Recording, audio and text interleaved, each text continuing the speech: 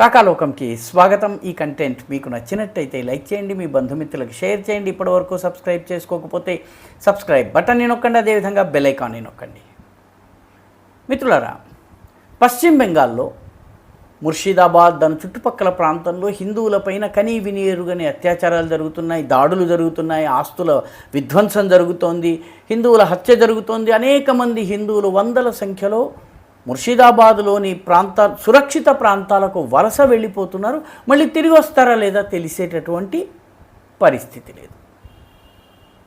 అయితే వచ్చే సంవత్సరం ఎన్నికలు జరగబోతున్నాయి. ఎన్నికలు జరిగితే ఏం జరుగుతుంది?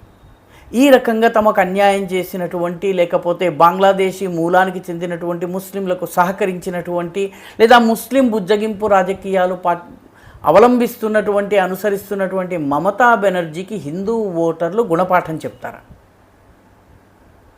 హిందూ ఓటర్లు గుండుగుత్తగా ఆమెకు వ్యతిరేకంగా ఓట్లేస్తారా? ఇప్పటి వరకు జరుగుతున్నది చూస్తే, గణాంకాలను చూస్తే అలా జరిగే అవకాశం లేదని అనిపిస్తున్నది. ఎందుకంటే ముర్షిదాబాద్ ఉదాహరణ తీసుకుందాం.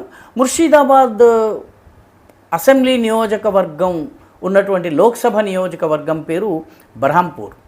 ఈ బర్హాంపూర్ నియోజకవర్గంలో 1952 నుంచి మొదలు పెడితే 2011 వరకు అయితే కాంగ్రెస్ గెలిచింది, లేకపోతే వామపక్ష కూటమిలో సభ్య పార్టీ అయినటువంటి రెవల్యూషనరీ సోషలిస్ట్ పార్టీ గెలిచింది. రెవల్యూషనరీ సోషలిస్ట్ పార్టీ 12 సార్లు గెలిచింది. కాంగ్రెస్ పార్టీకి చెందినటువంటి అధీర్ రంజన్ ఎవరైతే ఉన్నారో, ఈ మొన్నటి వరకు విపక్ష నేతగా ఉన్నటువంటి అధీర్ రంజన్, ఆయన వరుసగా 5 సార్లు 1999 నుంచి గెలుస్తూ వచ్చారు. ఈసారి ఓడిపోయారు. ఈసారి ఓడిపోయినప్పుడు ఆయన యూసుఫ్ పఠాన్ చేతిలో ఓడిపోయారు. యూసుఫ్ పఠాన్ గుజరాత్కి చెందినవాడు, ఆయనకు బెంగాలీ రాదు, బెంగాల్తో ఆయనకి వేల కిలోమీటర్ల దూరపు సంబంధం కూడా లేదు. కానీ ఒక ముస్లిం అభ్యర్థిని పెట్టినటువంటి మరుక్షణము ముస్లింలు 95% మంది ముస్లిములు యూసుఫ్ పఠాన్కి ఓటేశారు.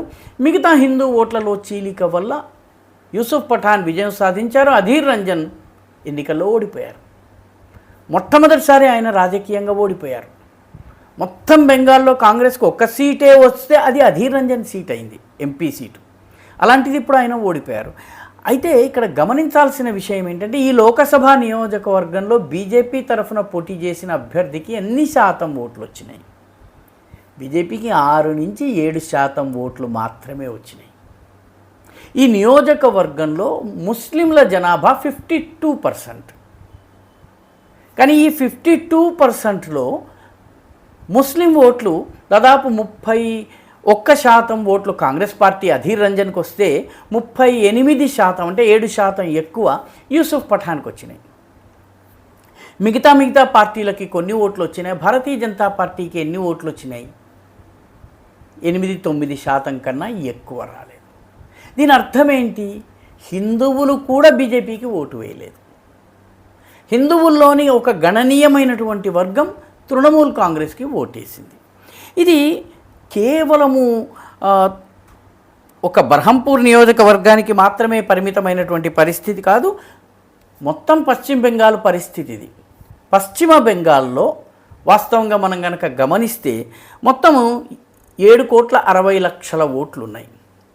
ఈ 7,60,00,000లో బెంగాలీ మూలానికి చెందిన హిందువుల ఓట్లు 4,10,00,000 అయితే, బెంగాలీ ఏతరులు, గుజరాతీలు, మార్వాడీలు, మిగతా రకరకాల సామాజిక వర్గాలకు చెందినటువంటి వాళ్ళు 1,06,00,000 మంది ఉన్నారంటే, ఈ రెండూ కలిపితే దాదాపు 5,10,00,000 మంది హిందూ ఓటర్లు ఉన్నారు. ముస్లిం ఓటర్ల మొత్తం సంఖ్య 2,43,00,000 మాత్రమే. అంటే ఈ రోజుకి కూడా బెంగాల్ యొక్క మనం గనక చూసినట్లయితే, బెంగాల్లో హిందువులు 3/2 వంతులు ఉన్నారు, 3/1 వంతు మాత్రమే ముస్లిం ఓటర్లు ఉన్నారు. అయినప్పటికీ ఈ ప్రాంతంలో చూసినట్లయితే బీజేపీ కన్నా తృణమూల్ కాంగ్రెస్కి ఎక్కువ ఓట్లు రావడానికి తేడా ఎంత వచ్చింది అని చూస్తే, కేవలము బీజేపీకి తృణమూల్ కాంగ్రెస్కి మధ్య పెద్ద తేడా లేదు. కానీ తృణమూల్ కాంగ్రెస్ యొక్క విజయాన్ని జాగ్రత్తగా పరిశీలించినట్లయితే 2024 లోక్సభ ఎన్నికల్ని తీసుకున్నట్టయితే తృణమూల్ కాంగ్రెస్కి మొత్తం అంతా కలిపి 2,75,00,000 ఓట్లు వచ్చినాయి. ఇది 45.76% అవుతుంది. బీజేపీకి 2,33,00,000 ఓట్లు వచ్చినాయి. ఇది 38.72% అవుతుంది. అంటే ఈ రెండు పార్టీల మధ్య దాదాపు 7% తేడా ఉంది.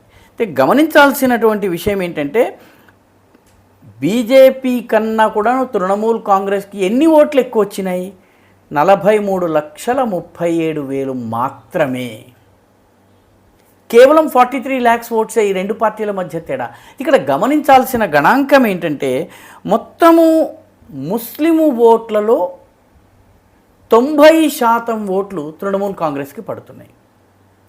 హిందూ ఓట్లలో బీజేపీకి ఎన్ని ఓట్లు పడుతున్నాయి? కేవలము 60% ఓట్లు మాత్రమే పడుతున్నాయి. మిగిలిన 40% ఓట్లలో ఒక 37%, 36% పర్సంటేజ్ పాయింట్స్గా చూసినట్లయితే తృణమూల్ కాంగ్రెస్కి పడుతున్నాయి. అంటే మొత్తము హిందూ ఓట్లలో 1/3 వంతు తృణమూల్ కాంగ్రెస్కి వెళ్తున్నాయి.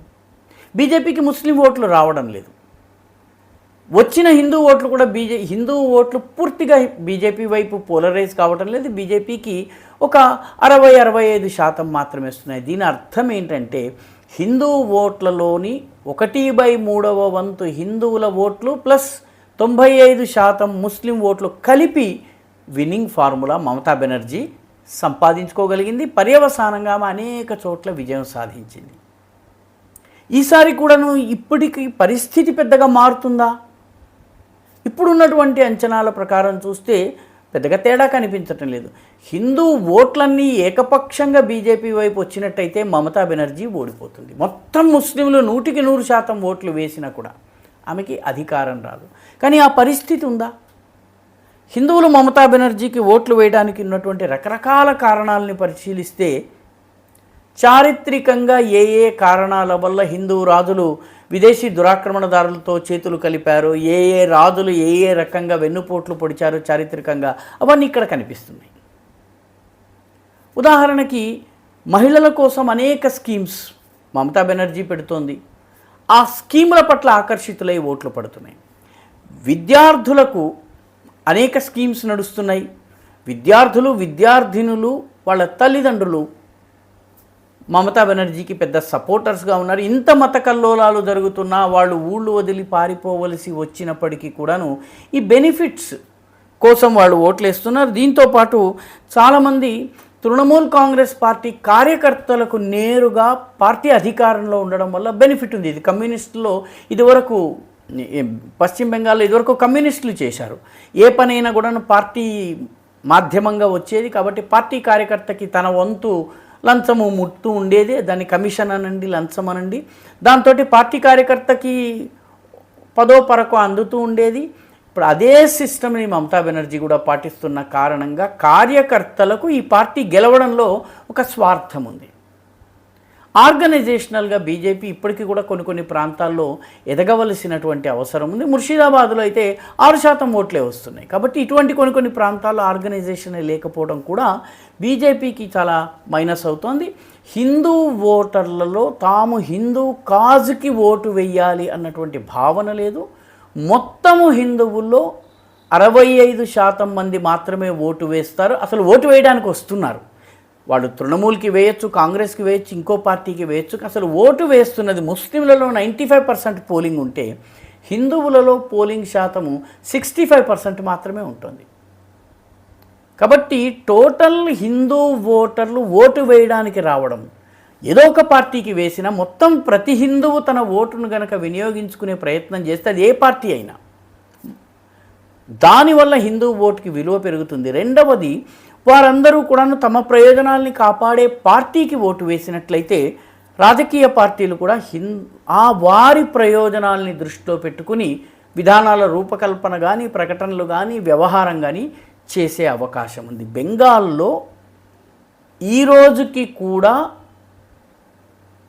60% ఓట్లు ఉండి కూడా హిందువులు ఓడిపోవడానికి ఇదే ప్రధానమైనటువంటి ప్రయోజనాలు సిద్ధించటం లేదు, హిందువులు అసురక్షితంగా ఫీల్ అవుతున్నారు, హిందువుల కోసం ప్రాతినిధ్యం వహిస్తున్నటువంటి పార్టీకి ఓట్లు కూడా రావటం లేదు.